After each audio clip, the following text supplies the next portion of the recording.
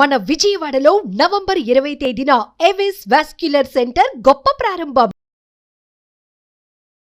అమ్మ నమస్తే. నమస్తే అమ్మా. అమ్మా, గృహస్థు కూడా బ్రహ్మచర్యం పాటించారు అని చెప్తుంటారు. కొన్ని సందర్భాల్లో విన్నాను కూడా నేను. అవునమ్మా. అది ఎలాంటి సందర్భాలమ్మా?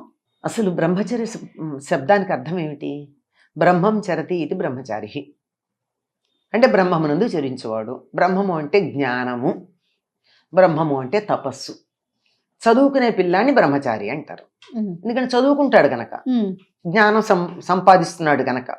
అది ఇంగ్లీష్లో కూడా ఏమంటారమ్మా, దాన్ని బ్యాచిలర్ ఆఫ్ ఆర్ట్స్ అంటారు. బ్యాచిలర్ అంటే బ్రహ్మచారి కదా. అవును. డిఏ అంటే ఏమిటి అర్థం? Bachelor of arts.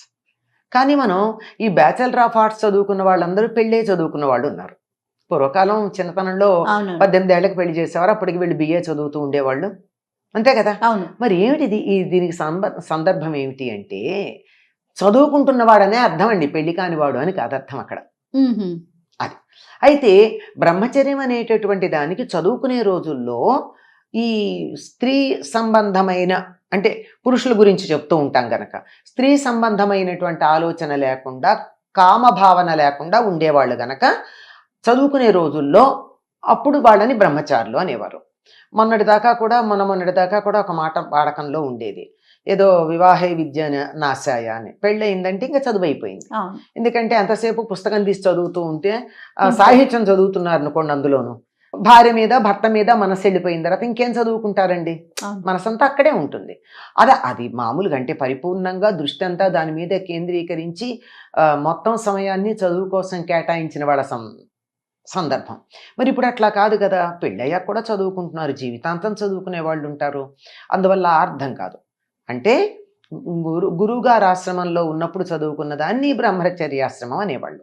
అయ్యాక వివాహం అయ్యేది. ఇక పెళ్ళయ్యాక గృహస్థ జీవనంలో పడిపోయి జీవనోపాధి ఎలా బతకాలి, అందరూ ఉద్యోగాలు చేసేవాళ్ళు ఏం కాదనుకోండి, ఎలా బతకాలి అన్నదంతా అట్లా సాగుతూ ఉండేది, అంతా బాగానే ఉండేది. అయితే బ్రహ్మచారి అనేటటువంటి పదానికి బ్రహ్మమునందే మనసు కలవాడు అన్నప్పుడు, బ్రహ్మం మీద మనసు ఉన్నప్పుడు, బ్రహ్మం అనే దానికి తపస్సు అనే అర్థం కూడా ఉందన్నాం కదా. తపస్సు అంటే ఒకదాన్ని దీక్షగా చేయడం అనేది. అలా చేసేటప్పుడు కామవాసనలు అందులో ఉండకూడదు, అంటే స్త్రీ పురుష భావనలు ఉండకూడదు. అట్లా ఉండకుండా మరి పెళ్ళైన వాళ్ళకు ఉంటుందా అంటే, అలా కూడా ఉండడానికి వీలుంది అని ఒక ధర్మం చెప్పారు మనకి. ఎట్లాగంటే, వివాహమైనటువంటి వాళ్ళు సంసారం నిర్వహించటం అన్నది, అంటే భార్యాభర్తల ధర్మం, దాంపత్య ధర్మం, అంటే శారీరకమైనటువంటి దాంపత్య ధర్మం ఏదైతే ఉందో అది ఎప్పుడెప్పుడు నిర్వర్తించవచ్చు, ఎప్పుడు నిర్వర్తించకూడదు అన్న దానికి కొన్ని నియమాలు ఉన్నాయి మనకి. మన శాస్త్రం చెప్తాం, చాలా స్పష్టంగా ఉంది మనకి. పురాణాలు చదివితే తెలుస్తుంది కదమ్మా. ఆవిడ దితి వెళ్ళి నాకు సంతానం కావాలని అడిగితే, ఇది అసుర సంధ్య వేళ, ఈ సమయంలో కూడదు అని చెప్తాడు. అంటే ఆ సమయంలో కూడదన్నది అదొకటే మనకి తెలుసు. అవును. అంటే అసుర సంధ్య వేళ, ఉషస్సంధ్య అంటే పొద్దున తెల్లవారుతూ ఉన్న సమయం. ఎందుకంటే ఆ సమయంలో ఏ పనులు చేయాలో చెప్పబడింది కనుక ఆ పనులు చేస్తే ఆరోగ్యానికి మంచిది. మనకి బయోక్లాక్ గురించి కూడా ఇప్పుడు ఆధునిక శాస్త్రంలో, సైన్స్లో చెప్తున్నారు కదా, ఏ సమయంలో కిడ్నీ బాగా పనిచేస్తుంది, ఏ సమయంలో లివర్ బాగా పనిచేస్తుంది, దానికి తగినట్టుగా మనం ఉంటే ఆరోగ్యం ఉంటుందని చెప్తున్నారు కదా. అట్లాగే నిషిద్ధ సమయాలు ఉన్నాయి. ఇప్పుడు చెప్పాను కదా, అసుర సంధ్య, ఉదయం. అట్లాగే కొన్ని తిథులు, ఆ తిథుల్లో భార్యాభర్తలు కలవకూడదు. ఎందుకంటే ఆ సమయంలో కలిసినట్టయితే కలగబోయేటటువంటి సంతతి మంచిది ఉండదు. అట్లాంటివి తిథులు, నక్షత్రాలు, దినాలు కొన్ని ఉన్నాయి, స్పష్టంగా ఉన్నాయి. ఆ రోజుల్లో ఉండకుండా ఇవి కాక మరికొన్ని ఉన్నాయి. మరికొన్ని అంటే రేపు తద్దినం పెట్టబోతున్నారు తండ్రిది, ఆ ముందు రోజు, ఆ రోజు, మర్నాడు, ఆ 3 రోజులు బ్రహ్మచర్యం పాటించాలి. తండ్రికి, తల్లికి ఎవరికి తద్దినం పెట్టినా అంతే కదా, వాళ్ళకే పెడతారు. లేని సందర్భంలో కొద్ది మందే మహానుభావులు మిగిలిన వాళ్ళకి, బంధువులకి పెట్టేవాళ్ళు ఉంటారు. అట్లాగా రేపేదో సత్యనారాయణ చేసుకుంటున్నాం, రేపు కన్యాదానం చేస్తున్నాం, రేపు కొడుకు ఒడుగు చేస్తున్నాం, రేపు గృహప్రవేశం చేస్తున్నాం, ఇట్లాంటివి కొన్ని ఉంటాయి కదా. రేపు శివరాత్రి రోజు గురించి మాట్లాడతారు. రేపు శివరాత్రి అంటే దానికి ముందు రోజు. ఇట్లా ఏవైతే మనం పండగలు, శుభకార్యాలు, తర్వాత అపరకర్మలు అంటే తద్దినాలవి ఇలాంటివి చేయడానికి ముందు రోజు కూడా బ్రహ్మచర్యం పాటించాలి. ఇలాంటి నిషిద్ధ దినాల్లో బ్రహ్మచర్యం పాటించాలి. ఇలాంటి సందర్భాల్లో బ్రహ్మచర్యం పాటించాలి. ఇవన్నీ పాటిస్తూ గృహస్థ జీవనం గడిపినటువంటి వాళ్ళు బ్రహ్మచారులుగా పరిగణించబడతారు. వాళ్ళను కూడా బ్రహ్మచారి అని అనాలి. అంటే గృహస్థయుండి బ్రహ్మచర్యం పాటించటం, భార్య ఉంది బ్రహ్మచర్యం పాటించటం. అంటే ఎప్పుడు పడితే అప్పుడు జంతువులు కూడా ఎప్పుడు పడితే అప్పుడు మీటింగ్ చేయవమ్మా, వాటికి కూడా ఒక సమయం ఉంది.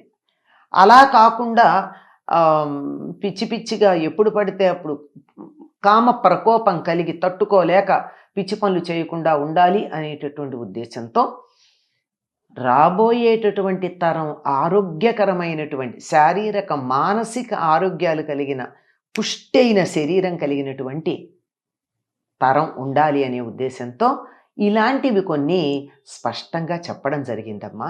ఇవన్నీ పాటించినట్టయితే వివాహమైన వాళ్ళు కూడా బ్రహ్మచారులుగానే పరిగణించబడతారు.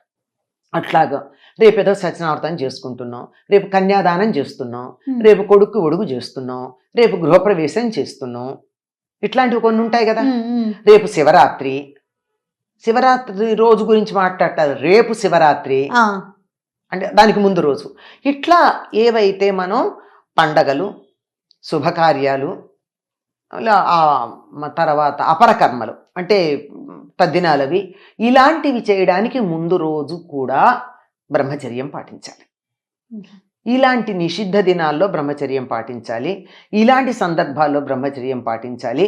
ఇవన్నీ పాటిస్తూ గృహస్థ జీవనం గడిపినటువంటి వాళ్ళు బ్రహ్మచారులుగా పరిగణించబడతారు. వాళ్ళను కూడా బ్రహ్మచారి అని అనాలి. అంటే గృహస్థయుండి బ్రహ్మచర్యం పాటించటం, భార్య ఉంది బ్రహ్మచర్యం పాటించటం. అంటే ఎప్పుడు పడితే అప్పుడు జంతువులు కూడా ఎప్పుడు పడితే అప్పుడు మీటింగ్ చేయవమ్మా, వాటికి కూడా ఒక సమయం ఉంది. అలా కాకుండా పిచ్చి పిచ్చిగా ఎప్పుడు పడితే అప్పుడు కామ ప్రకోపం కలిగి తట్టుకోలేక పిచ్చి పనులు చేయకుండా ఉండాలి అనేటటువంటి ఉద్దేశంతో రాబోయేటటువంటి తరం ఆరోగ్యకరమైనటువంటి శారీరక మానసిక ఆరోగ్యాలు కలిగిన పుష్టైన శరీరం కలిగినటువంటి తరం ఉండాలి అనే ఉద్దేశంతో ఇలాంటివి కొన్ని స్పష్టంగా చెప్పడం జరిగిందమ్మా. ఇవన్నీ పాటించినట్టయితే వివాహమైన వాళ్ళు కూడా బ్రహ్మచారులుగానే పరిగణించబడతారు. నమస్తే అమ్మా. నమస్తే అమ్మా.